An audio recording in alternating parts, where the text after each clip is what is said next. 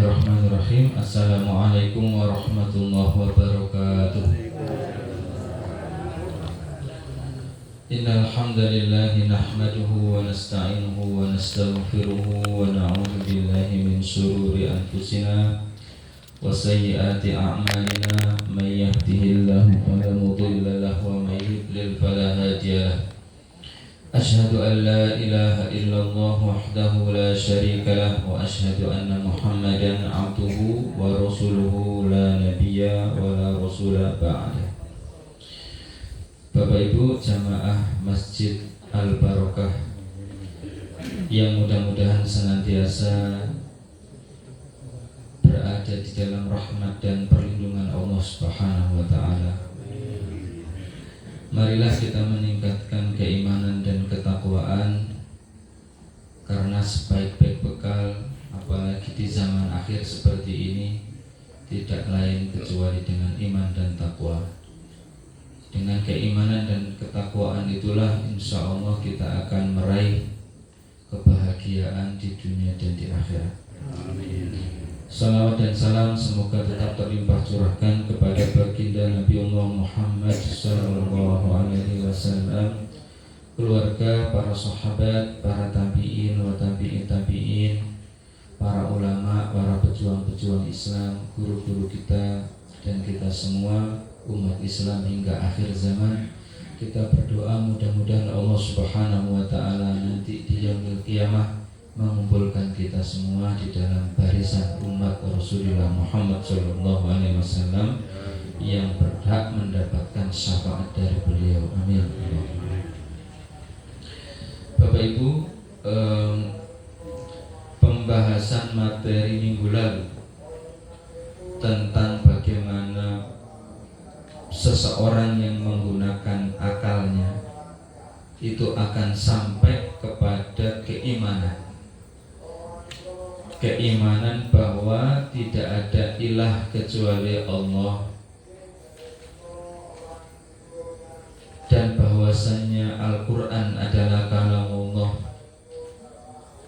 dan bahwasanya Muhammad sallallahu alaihi wasallam yang membawa Al-Quran adalah Rasulullah,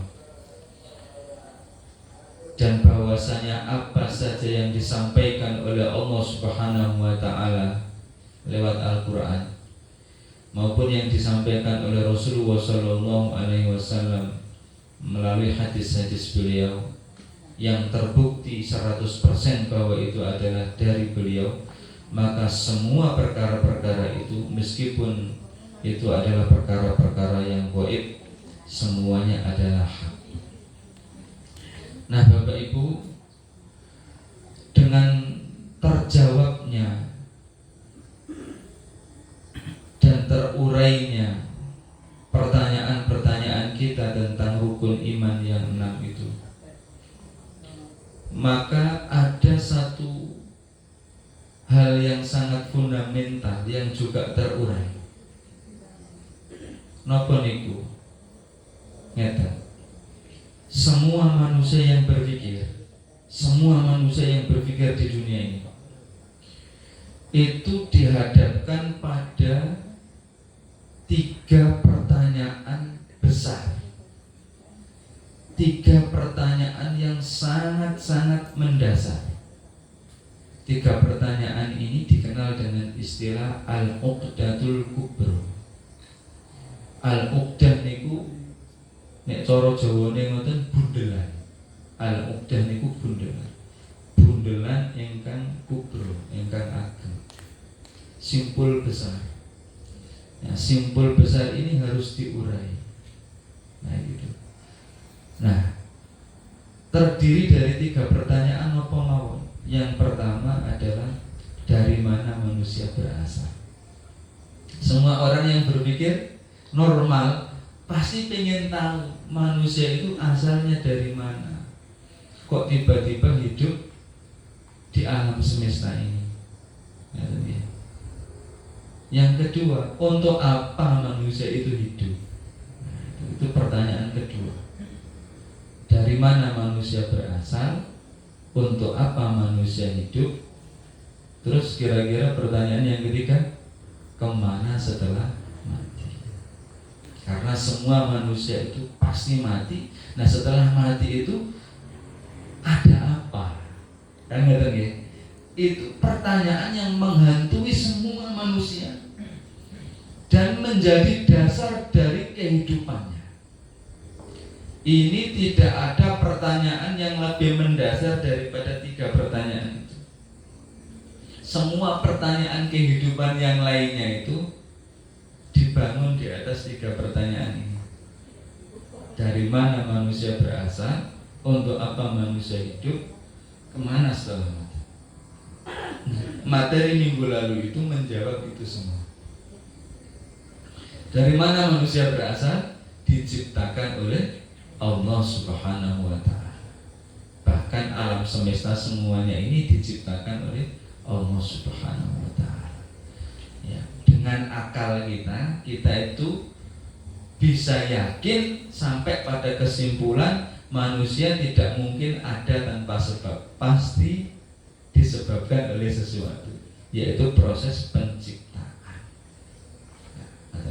Nah, pertanyaan kedua dan pertanyaan ketiga itu tidak bisa pakai akal. Untuk apa manusia hidup dan kemana setelah mati? Hanya menggunakan akal saja tidak bisa. Sak pinter-pintere wong niku mboten saged menjawab 2 pertanyaan terakhir.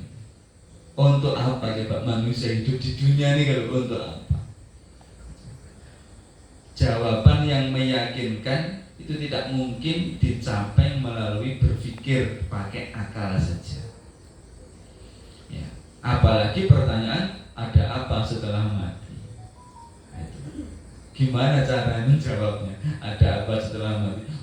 Orang yang sudah mati itu tidak ada yang kembali lagi untuk menceritakan di sana ada apa, tidak ada. Nah, maka kalau orang itu tidak percaya kepada Al-Quran, tidak percaya kepada hadis-hadis Rasulullah SAW, ya jawabannya kira-kira. Mungkin tahu dirinya itu diciptakan oleh Tuhan, tapi Tuhan yang mana? Ya. Terus kemudian hidupnya di dunia itu untuk apa? Setelah mati untuk apa? Tidak bisa menjawab dengan yakin, semuanya kira-kira. Saya itu pernah punya dosen itu orang ateis, seorang profesor di Amerika. Itu kebetulan sempat ngajar saya dan teman-teman satu kelas. Itu ketika saya tanya, Pak, apakah panjenengan itu percaya bahwa setelah mati orang itu mengalami kehidupan berikutnya? Ya, beliau menjawabnya I hope so. Itu toh, I hope so itu maksudnya ya aku berharap sih ada, tapi kan nggak bisa yakin kita karena nggak tahu. Nah itu orang kalau nggak percaya kepada Al-Quran seperti itu.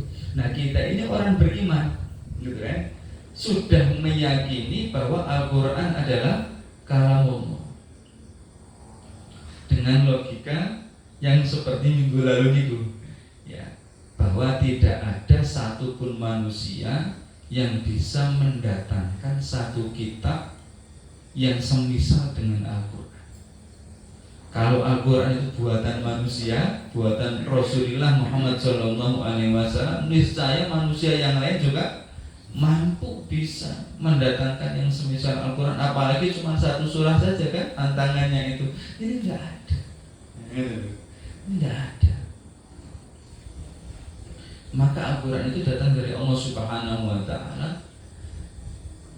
Maka apapun isi Al-Quran pasti benar, gitu. Pasti benar, meskipun akal kita itu tidak bisa menjangkaunya. Tapi karena ini diberitakan oleh Allah Subhanahu wa Ta'ala, pasti hak. Termasuk pertanyaan untuk apa manusia hidup, kemana setelah mati, itu ada jawabannya semua. Itu di dalam Al-Quran, di dalam hadis-hadis Rasulullah Muhammad SAW. Apa jawabannya? Untuk apa manusia hidup? Diceritakan oleh Allah Subhanahu wa Ta'ala dalam Quran surah Ad-Dzariyat, wa ma khalaqtul jinna wal insa illa liya'budun. Tidaklah aku ciptakan jin dan manusia kecuali untuk menyembahku. Illa liya'buduni, kecuali untuk menyembah. Artinya semua hal yang kita miliki di dunia ini itu semestinya kita gunakan, kita jadikan sebagai wasilah, kita jadikan sebagai modal untuk menyembah Allah Subhanahu wa ta'ala saja. Begitu konsepnya, gitu. Begitu konsepnya. Untuk menyembah Allah Subhanahu wa ta'ala saja. Semua yang kita miliki, panjenengan kagungan apa? Sepeda motor gunakan untuk beribadah kepada Allah Subhanahu wa ta'ala. Punya rumah gunakan untuk beribadah kepada Allah Subhanahu wa ta'ala. Punya baju gunakan untuk beribadah kepada Allah Subhanahu wa ta'ala. Punya mata, telinga, nopo malih, semua organ di dalam tubuh kita ini semua kita gunakan untuk menyembah Allah Subhanahu wa ta'ala. Bangun tidur sampai tidur lagi, kalau perlu tidur kita itu juga, itu semua isinya adalah penyembahan kepada Allah Subhanahu wa ta'ala. Begitu maksudnya ayat itu ya. Jadi jangan seperti sebagian orang kelihatannya logis, tapi enggak diterima oleh Islam. Orang yang mengatakan kita harus menyeimbangkan urusan dunia dan urusan akhirat. Islam tidak seperti itu, Pak. Dunia ini tidak untuk diseimbangkan dengan akhirat. Urusan akhirat sendiri, urusan dunia sendiri. Tidak seperti itu. Dunia itu mazra'atul akhir. Dalam konsep Islam, dunia itu mazra'atul akhir. Dunia ini adalah ladang untuk akhirat. Apa saja yang kita lakukan di dunia ini ada konsekuensinya nanti di akhirat. Begitu. Nah, tujuan penciptaan manusia itu adalah untuk menyembah Allah Subhanahu wa ta'ala. Maka seluruh kehidupannya itu dalam rangka untuk menyembah Allah Subhanahu wa ta'ala. Maka seharusnya semua gerakan tubuh kita ini isinya adalah ibadah.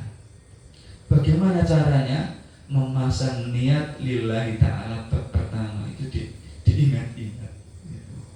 Ngopi, nopo malih, minum teh, nopo malih. Itu ngopi itu ya kalau diawali dengan basmalah dan setiap sesapannya itu disyukuri dengan mengucapkan alhamdulillah, seruput alhamdulillah, seruput alhamdulillah, ya Allah, itu kopi itu ibadah. Ada berapa seruputan itu? Nggak tahu Pak, gitu. Bekerja diniati ibadah, ya Allah aku mencari nafkah bagi seorang laki-laki, bagi seorang suami, itu wajib. Maksudnya wajib ini pun kalau dilaksanakan dapat pahala, kalau ditinggalkan dapat dosa. Maka aku berangkat kerja, ya Allah, selama bekerja 8 jam itu isinya ibadah. Napa malih mandi perintah Allah Subhanahu wa ta'ala, menjaga kebersihan. Sikat gigi perintah Allah Subhanahu wa ta'ala. Sikat gigi ada pahalanya, mandi ada pahalanya. Napa malih apa saja itu harusnya bernilai ibadah.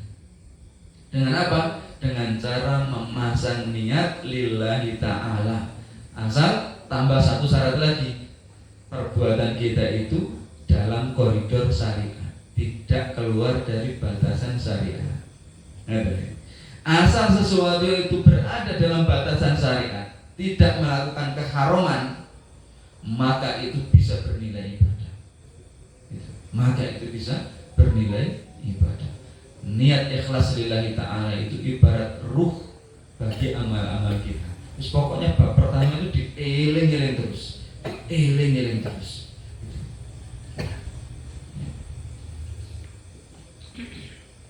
Ya. Itu selama hidup di dunia. Untuk apa kita mengisi setiap detik kehidupan kita ini dengan ibadah? Untuk apa? Untuk menyiapkan kehidupan akhirat kita. Karena sesungguhnya kehidupan yang sebenarnya itu adalah kehidupan akhirat, bukan kehidupan dunia ini. Jadi kita bekerja tadi itu sebenarnya untuk kepentingan utamanya di mana? di akhirat. Ya. Kan ayatnya juga ngeten. Wabtaghi fima ataqallahu ad-darul akhirah. Itu perintahnya.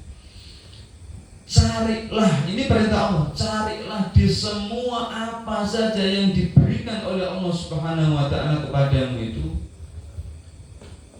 Cari apa? Cari akhirat. Gitu. Semua apa yang diberikan oleh Allah Subhanahu wa taala, waktu, kesehatan, ya, penglihatan, pendengaran, itu semua kita cari akhirat di situ. Karena apa saja yang diberikan oleh Allah Subhanahu wa taala ada akhiratnya. Kita diminta oleh Allah untuk mencari akhirat itu. Indah sekali kan? Nah, baru kemudian wala tansa nasibaka minad dunya. Ya. Tapi jangan lupakan bagianmu di dunia. Ada yang bisa kamu nikmati di dunia, memang bisa dinikmati di dunia ini. Ya. Tetapi perintah utamanya adalah mencari akhirat. Ya, mencari akhirat. Perintah utamanya mencari akhirat. Kita di dunia mencari apa sih? Mencari makan. Loh, makan itu loh ada bagian akhiratnya juga, ya. Minum ada bagian akhiratnya juga. Barang siapa yang makan satu makanan lalu dia memuji Allah Subhanahu wa taala atas makanan yang dia makan itu, maka Allah ridho padanya. Gitu. Barang siapa yang minum satu minuman lalu dia memuji Allah Subhanahu wa taala atas minumannya itu, maka Allah Subhanahu wa taala ridho kepadanya. Radhiyallahu an ibadihi ayyakula aklatan fahamidahu 'alaiha. Ya, wa yashraba syurbatan fahamidahu 'alaiha. Ya, memuji Allah Subhanahu wa taala atas makanan dan minuman yang dinikmatinya itu. Masya Allah. Bukankah ridho Allah Subhanahu wa taala yang kita cari? Disitulah Bapak Ibu, ya, kalau hidup ini kita isi dengan seperti itu, betapa indahnya, gitu kan? Betapa indahnya. Tidak ada yang sia-sia, semua pergerakan kita itu tidak ada yang sia-sia. Tidak ada yang sia-sia. Semua pergerakan kita bernilai ibadah yang Allah Subhanahu wa taala akan berikan pahalanya, balasannya nanti di hari akhirat. Nah, kemana setelah mati? Kita ke akhirat. Di akhirat itu dihisab, dimintai pertanggungjawaban oleh Allah Subhanahu wa taala. Ya. Takut. Ya, takut dengan hisab. Iya, harusnya kita takut dengan hisab. Tapi ingat, yang menghisab itu adalah Allah Subhanahu wa taala. Ya. Allah Subhanahu wa taala kepada manusia itu lebih sayang Allah Subhanahu wa taala daripada ibu kita. Jadi sayangnya Allah Subhanahu wa taala kepada kita itu jauh melebihi sayangnya ibu kita kepada kita. Nek mikir kayak gitu saja tidak perlu terlalu khawatir, gitu kan? Asal kita ini beriman dan banyak mengisi hidup kita ini dengan ibadah. Yang menghisapkan Allah Subhanahu wa taala, Allah kan sayang kepada kita. Ar-Rahman Ar-Rahim. Gitu. Barang siapa yang nanti itu lebih berat timbangan amal kebaikannya, maka dia akan hidup dalam kehidupan yang penuh dengan keridhaan. Faman thaqulat mawazinu fahuwa fi 'ishatin radiyah. Wa man khaffat mawazinu fa ummuhu hawiyah. Tapi sebaliknya, yang amalannya itu lebih ringan daripada amalan kebaikannya itu lebih ringan daripada amalan keburukannya, fa ummuhu hawiyah, maka tempat kembalinya adalah neraka hawiyah. Wa na'udzubillahi min dzalik. Nah, kalau hidup kita ini yang kita khususkan untuk ibadah itu hanya ketika ke masjid, betapa banyak waktu kita itu yang rugi, Pak. Rugi. Enggak untuk ibadah, rugi. Kita dikasih modal oleh Allah Subhanahu wa taala, modalnya habis. Waktu kita habis, gitu. Makanan kita habis, minuman kita habis, semua akan kita tinggalkan. Lalu tidak mendatangkan pahala. Kan rugi. Yang namanya untung itu ya kalau apa yang kita dapatkan lebih dari modal. Nah, Hidup kita ini modal. Ma'ataqallahu, itu adalah modal. Allah ngasih waktu, Allah ngasih kesehatan, Allah ngasih kekuatan, tenaga dan seterusnya. Ini modal. Kalau hanya kita gunakan ketika di masjid, di rumah enggak gitu, di tempat kerja enggak gitu. Apalagi mikirnya kayak gini ya, seperti orang sekuler.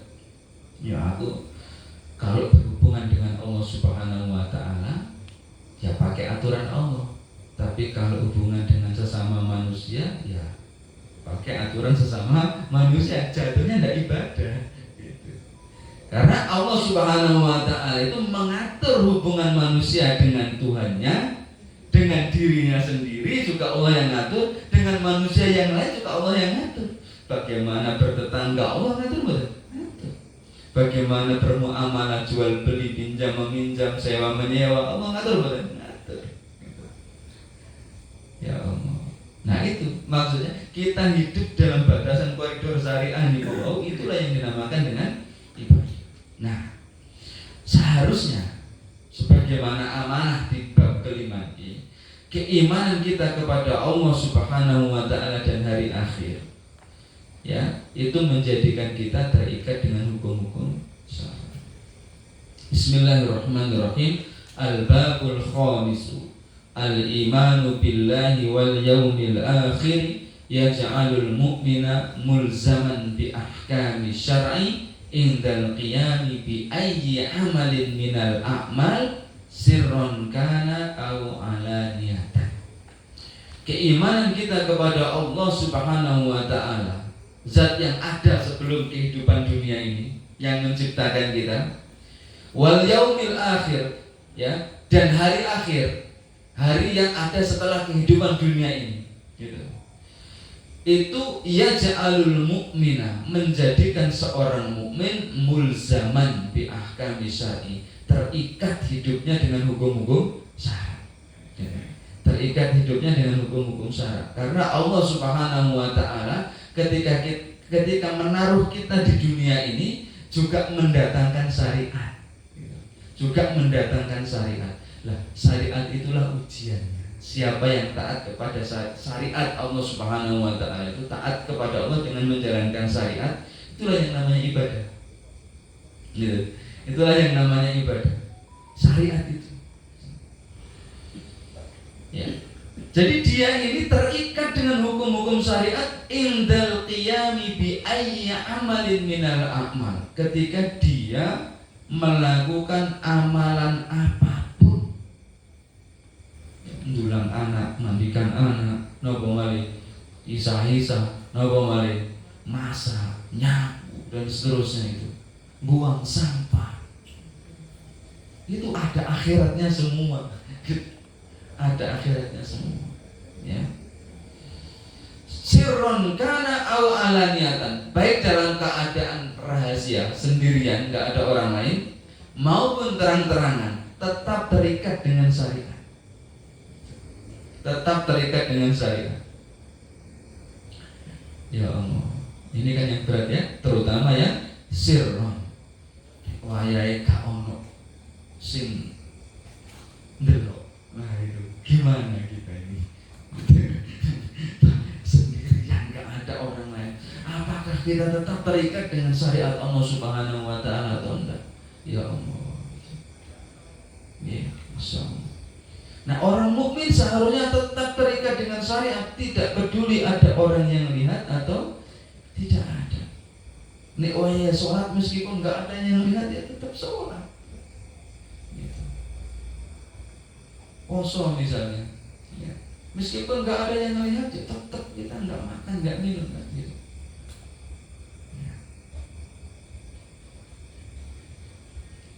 Khaufan min adabi jahannam, karena kita takut akan azab jahannam. Azab jahannam, takut. Wa raja'an ni'amillahi ta'ala fil jannah wa ridhahu. Wa raja'an ni'amallahi fil jannah, dan kita berharap mendapatkan nikmat dari Allah Subhanahu wa taala di surga nanti, wa ridhahu, dan ridhonya. Nah itu. Jadi kita melakukan suatu amal itu karena berharap pahala dan ridha Allah Subhanahu wa taala. Ketika kita menjauhi sebuah amal, itu karena kita takut akan adab Allah Subhanahu wa taala. Inilah amalan yang ada ruhnya. Inilah amalan yang ada ruhnya. Nah, harusnya seperti itu, ya. Harusnya seperti itu. Bagaimana keimanan kita itu menyertai kita sepanjang waktu. Tidak kemudian ya iman itu hanya ada pada dada kita kalau kita ada di masjid sedang baca Al-Quran, sedang misalnya zikir saja. Tapi selain itu kita tinggalkan keimanan ini, ya. Kita dengan mudahnya bermaksiat kepada Allah Subhanahu wa taala. Ya, insyaallah. Ya, itu konsepnya, ya, konsepnya. Dan hidup di dunia ini kan tidak lama. Sebentar lagi kita akan wafat sowan kepada Allah Subhanahu wa taala. Sebentar lagi. Ya. Kalau misalnya sudah seusia saya kayak begini ini, teman-teman kelas saya itu sudah banyak yang wafat. Sudah banyak yang wafat. Satu kelas itu kalau tidak salah itu kelas SMA ya, itu sudah 4 atau 5 orang yang wafat. Sebagian sudah sekian tahun yang lalu. Adik kelas juga mulai banyak. Apalagi kakak kelas, bisa pirang-pirang gitu. Padahal ya usia baru 40-an. Nah, apalagi panjenengan yang sudah usia 60-an, 70-an, itu tambah banyak lagi teman-teman yang sudah mendahului. Kan enggak lama. Dan semakin tua, waktu itu kan semakin cepat, Bapak Ibu. Iya betul. Waktu itu semakin cepat. 1 tahun cuma pas gitu aja. Ini sudah 14-48. Ya Allah. Dan pada saatnya nanti kita akan menghadap Allah Subhanahu wa taala untuk dihisab niku berapa amalan kebaikannya, berapa amalan keburukannya, kayak ditimbang gitu. Nanti mana yang lebih berat. Ya. Nah, semestinya orang yang cerdas itu, orang yang cerdas itu dia akan berinvestasi.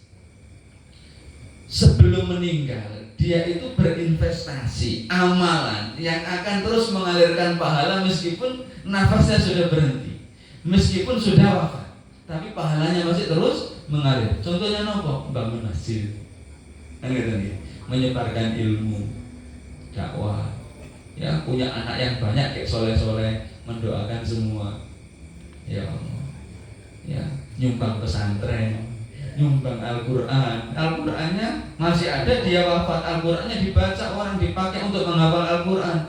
Ya. Nah, orang yang menghafal Al-Quran tadi pakai Al-Quran mushaf yang dia sediakan ini, kan hafalannya terus tuh dipakai mengajarkan kepada orang lain, dapat pahala terus. Ya Allah, meskipun Al-Qurannya nantinya sudah hilang, kan dia dipakai untuk menghafal.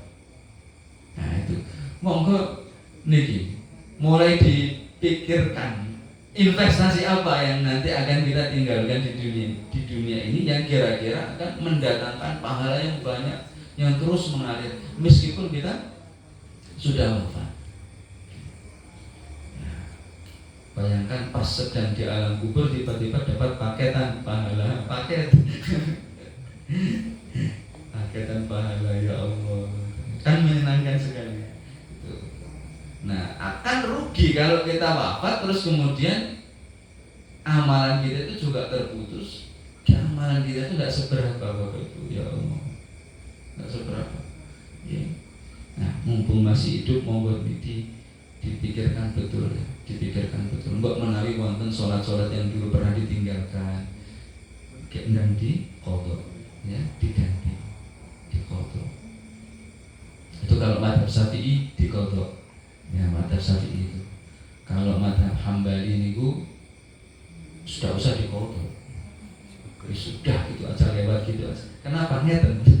Nek mazhab Syafi'i niku orang yang meninggalkan sholat secara sengaja tapi tidak ingkar niku mboten dihukumi kafir. Ya maksiat dosa besar mboten mawon. Dosa besar mboten mawon, tapi mboten kafir. Niku nek mazhab Syafi'i. Nah, sehingga kalau ada orang kok meninggalkan sholat, dia harus mengqadha. Wong lupa saja harus mengqadha, apalagi sengaja. Nah, harus lagi kan. Tapi nek madzhab Hambali niku kalau orang sudah meninggalkan sholat niku dianggap murtad. Dianggap murtad. Kok akhirnya sholat lagi, berarti dianggap masuk Islam lagi, dianggap mu'alaf.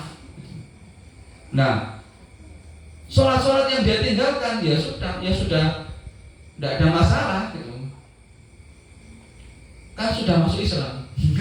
Yang lain yang amalan-amalan sebelumnya dianggap kosong semua gitu aja. Baru lagi mulai nol ya, kayak gitu. Itu madzhab Hambali. Monggo panjenengan derek madzhab sinten gitu. Dalam perkara ini, mbok menawi tumbah saya kapan hari itu cerita le Mbah Bian ini pasek nom-noman wayah tandur, wayah matun itu kadang dhuwur lewat tiba-tiba asar. Akhirnya saya coba niki untuk mendiskusikan kira-kira ada berapa kali Mbah sholat yang ditinggalkan. Nah itu ditambah sebelum wafat. Alhamdulillah sudah dikira-kira sakmene gitu. Terus akhirnya sudah dibayar semua. Alhamdulillah. Ya, dan beliau masih hidup. Si segar bugar, alhamdulillah. Kita pun juga sama seperti ini loh ya, gitu. Kalau yang mau lebih advance lagi, coba diangan-angan berapa kali sholat tahajud, sholat malam yang kita tinggalkan. Nah, gitu. Anggaplah kita itu misalnya ngeten. Kita berazam kepada Allah Subhanahu wa taala setiap malam minimal kita sholat malam 2 rakaat plus 1 witir. Terus mulai dihitung, mulai akil balik sampai sekarang yang kosong berapa ya kira-kira? Oke. Tapi tidak apa-apa kalau kita berazam, ya Allah, sepanjang nanti saya masih hidup, saya berazam akan mengganti sholat malam yang saya tinggalkan itu. Mudah-mudahan sampai tuntas, sampai terbayar semua. Maka misalnya sekarang setiap malam kita ya kalau bisa sampai 4 rakaat gitu kan sudah terbayar 1 gitu, lumayan. Ya. Misalnya sampai 6 rakaat kan yang terbayar 2 malam gitu. Mudah-mudahan Allah Subhanahu wa taala memberikan panjang umur sampai nanti terbayar semua. Sejak akhir balik itu kita ada sholat malam. Meskipun sebagian besarnya qadha, meskipun sebagian besarnya qadha. Nah, niki mumpung masih ada waktu. Niku ide mawon, itu mboten wajib mau salat malam niku hukumnya sunah. Tapi dilampahi kan insyaallah menambah bobot timbangan amal kebaikan kita kelak. Nah, niku ide mawon. Monggo mangke brainstorming, cari ide-ide yang lainnya. Kira-kira apa ya amalan soleh yang nanti aku andalkan di hadapan Allah Subhanahu wa taala. Ya. Kita lanjutkan. Qala Allah tabaraka wa ta'ala. Wasiqal ladzina kafaru ila jahannam zumara hatta idza فتحت أبوابها وقال لهم خزنتها ألم يأتكم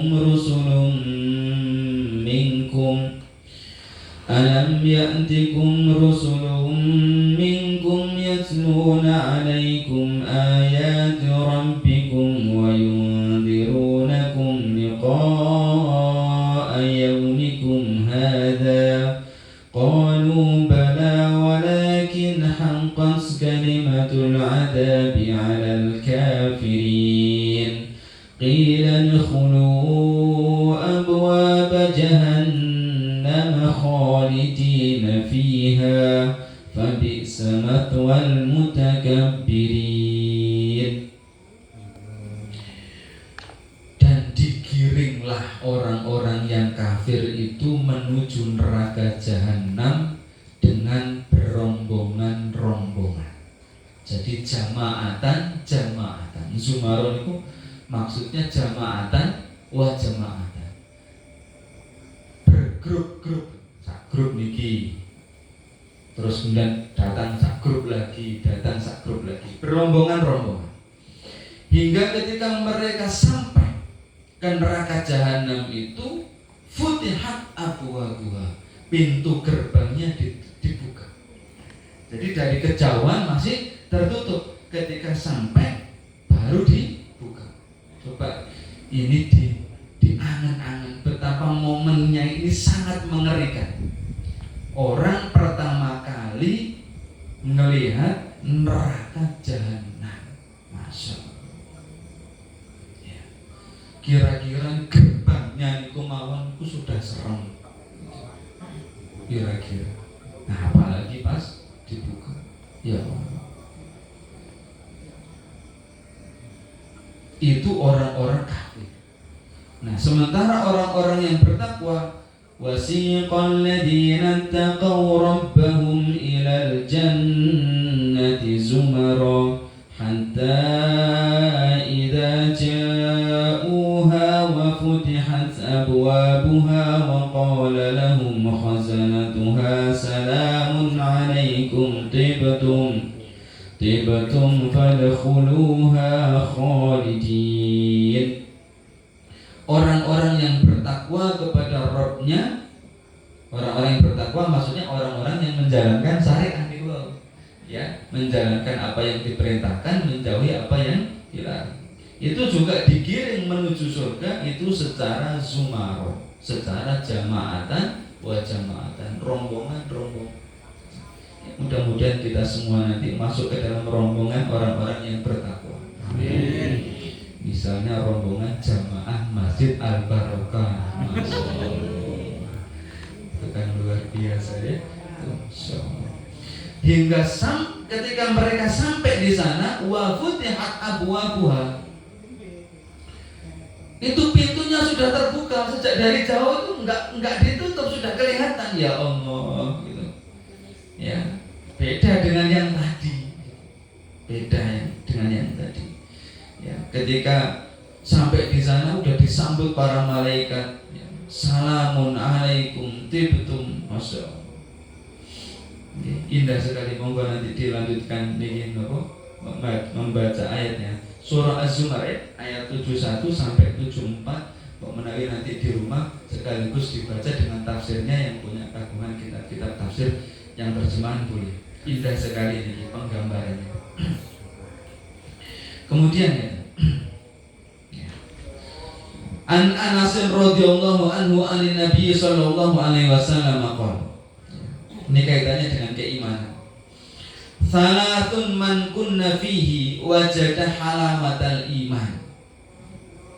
Ada 3 perkara yang mana jika 3 perkara ini ada pada diri seseorang, maka dia akan mampu merasakan manisnya keimanan. Jadi sebenarnya iman itu rasanya manis. Tapi hanya orang yang memiliki 3 kriteria ini yang mampu merasakan manisnya iman. Taat itu manis Pak rasanya. Harusnya orang sholat itu harusnya seneng gitu. Orang baca Quran itu harusnya senang. Orang puasa itu harusnya senang, tahu manisnya. Gitu. Tahu manisnya ketaatan. Orang bermaksiat itu harusnya rasanya pahit, sakit rasanya harusnya. Orang melakukan maksiat itu harusnya. Rasa bagian. Harusnya mana Pak? Nah, kalau taat kok rasanya niku sakit, terus maksiat kok rasanya manis, ini berarti bermasalah keimanannya. Maksiat kok sawanan. Ya Allah, maksiat sawanan gitu. Nah, ya diajak sholat kok rasanya tersiksa. Di masjid itu tidak kerasan, kayak burung dibukakan sangkarnya itu, pengen melayu. Coba yang masjid kok gak kerasa, berada di rumahnya Allah Subhanahu wa Ta'ala kok gak kerasa. Harusnya kan nikmat. umat, gitu. Ya. Nah, ini memang ada rahasianya, Ya. Nopo? Ada 3 syarat itu bahwa ayyakuna wa rasuluhu ahabbu ilaihi mimma siwahuma. Dia itu mencintai Allah dan Rasulnya lebih dari apapun selain Allah. Itu syarat pertama. Kalau Allah itu masih dinomor 2-kan, iya iman kepada Allah, tapi aku lebih mencintai nenek moyang. Nah, gitu misalnya ya. Nek masih lebih cinta nenek moyang, atau masih lebih cinta bapak ibu, atau masih lebih cinta anak-anak, atau masih lebih cinta harta, cinta kedudukan, cinta jabatan dan seterusnya daripada Allah dan Rasulnya, angel nih Pak merasakan manisnya iman. Ya, dia akan banyak pertimbangan, ya taat Allah, tapi kok aku begini dan begitu. Ya. Jadi nggak lolos gitu rasanya itu, nggak lolos. Nah, maka ini kunci pertama yang harus kita upayakan, mencintai Allah dan Rasulnya di atas semua selain keduanya. Ya, mau itu manusia maupun bukan manusia. Ya, manusia contohnya yang sering dijadikan alasan untuk tidak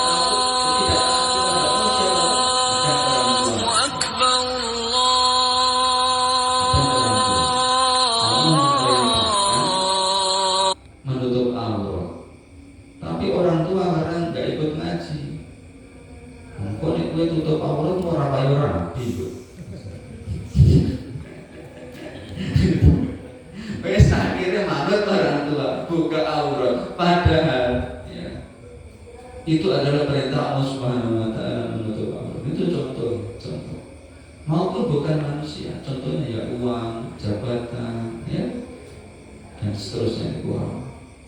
Ingkang nomor kali wa ayyuhibbal mar'a la yuhibbuhu illa lillah. Dia ini tidaklah mencintai manusia lain kecuali cintanya itu karena Allah. Jadi tidak ada manusia yang dia cintai itu kecuali cintanya itu karena Allah Subhanahu wa taala. Cinta karena Allah itu cinta yang diperintahkan. Cinta yang diperintahkan. Apa maksudnya cinta karena Allah itu? Kita mencintai seseorang itu karena dia beriman kepada Allah dan karena dia taat kepada Allah Subhanahu wa taala.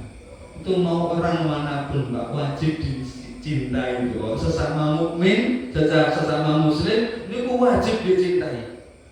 Meskipun beda organisasi, beda suku, beda bangsa, pokoknya itu mukmin mengucapkan kalimat syahadat wajib dicintai. Wajib dicintai.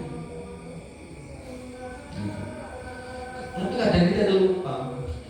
Kayak di jalan raya kalau ngomong nopo nyetir gak karo-karo sepengin miso padahal bisa jadi dia itu mukmin gitu kan. Pengen ngamplang kan. Ya Allah, itu kadang kita kan mukmin ya. Diperintahkan kita itu untuk mencintai saudara kita itu. Kalaupun mengingatkan itu yang baik gitu ya. Gitu. Ngasih pelajaran yang baik gitu. Tapi kadang lupa, saking emosi deh. Saking emosi.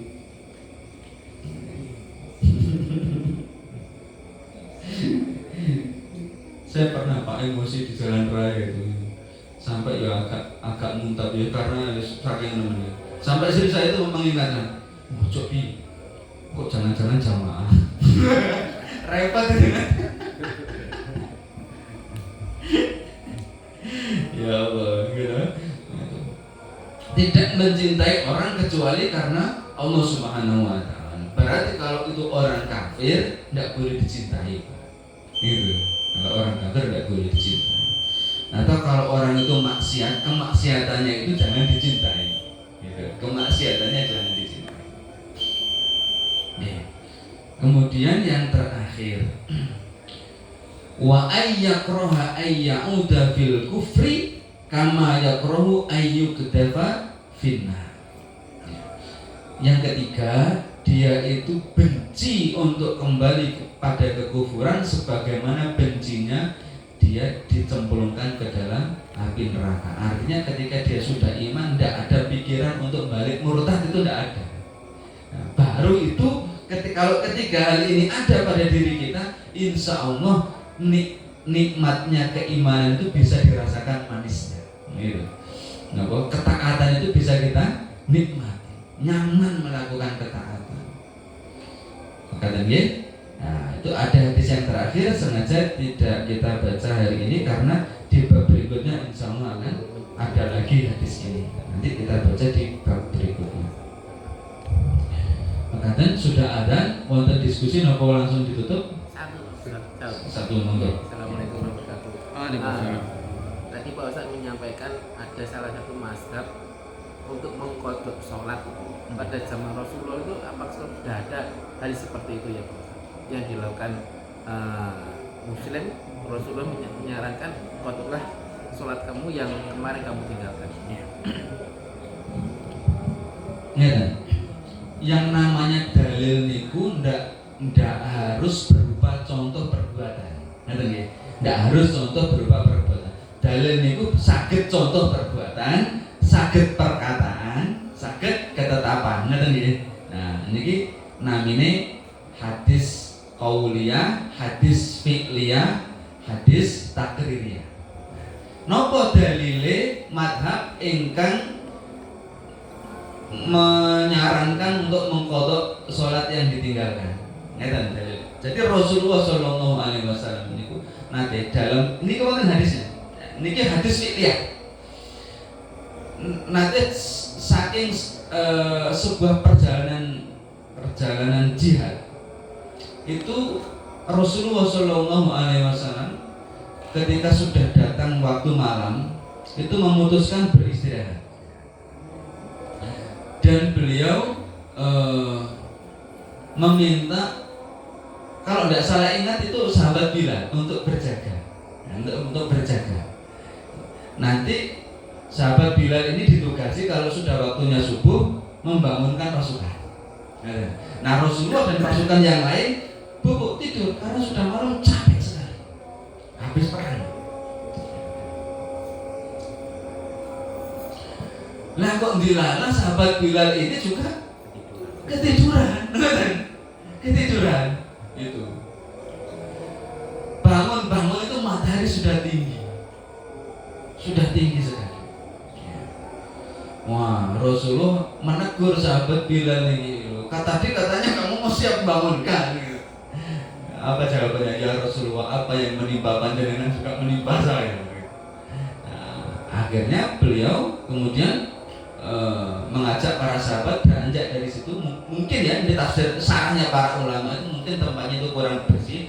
Beliau beranjak dari situ lalu kemudian mengqadha sholat subuh. Kan bukan sholat subuh kan itu, bukan sholat subuh yang adaan, yang apa? Yang asli, tapi qadhaan gitu. Qadha karena sudah lewat waktunya. Nah, mazhab Syafi'i itu menggunakan hadis tadi sebagai dalil. Lah, kalau sholat yang ditinggalkan secara tidak sengaja saja harus diqadha, tidak boleh dilewatkan begitu saja, apalagi maka min babil aula, maka lebih harus lagi, lebih wajib lagi kalau sholatnya itu tidak dilakukan karena sengaja. Nah, dalil yang digunakan oleh mazhab Syafi'i untuk mengqadha sholat yang ditinggalkan. Nah, dalilnya mazhab Ahmad nopo? Ngeten. Wonten hadis niku ingkang bunyinya itu tegas sekali, man taraka sholata faqad kafar. Barang siapa yang meninggal man taraka sholata muta'ammidan faqad kafar. Barang siapa yang meninggalkan sholat itu secara sengaja, maka telah kafir. Maka mazhab Ahmad itu mengkafirkan orang yang meninggalkan sholat secara sengaja. Nah, karena orang kafir ketika nanti sholat lagi sudah dianggap masuk Islam lagi. Nah, karena orang kafir, sebagaimana orang kafir kalau masuk Islam apa iya kita nyuruh mereka sholat mengganti sholatnya selama mereka balik sampai masuk Islam itu kan enggak wajib. Yang wajib ya ketika dia sudah syahadat lagi itu sudah masuk Islam itu. Nah, dan itu dalil yang digunakan oleh mazhab Ahmad. Nah, cuma enggak akan panjenengan mengikuti mazhab yang mana. Dan nanti kalau menganggap itu sebelumnya sudah kafir berarti amalan-amalan sebelumnya juga hapus loh ya.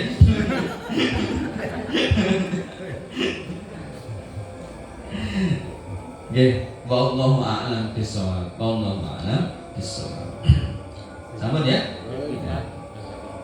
Tunggal malih monggo.